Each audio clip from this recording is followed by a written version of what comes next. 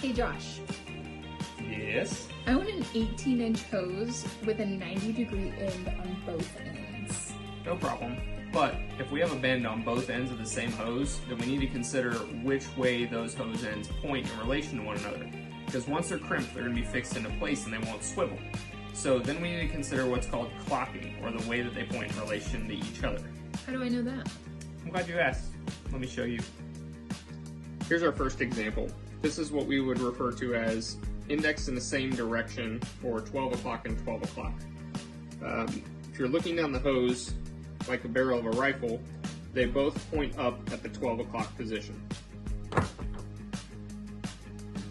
Here's a second example.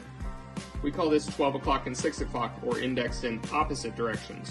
One pointing up, one pointing down.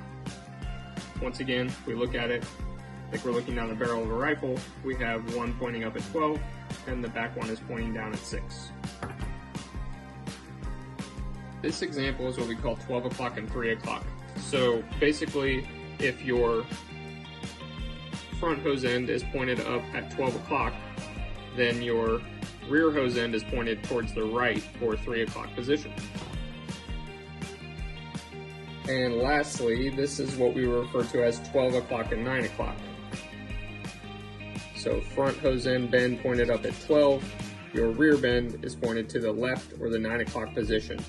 Now, you can do many things in between. You could have it pointed at 10:30, at 7:30, or any other direction, but these give you some general guidelines to follow when considering how a hose should be clocked.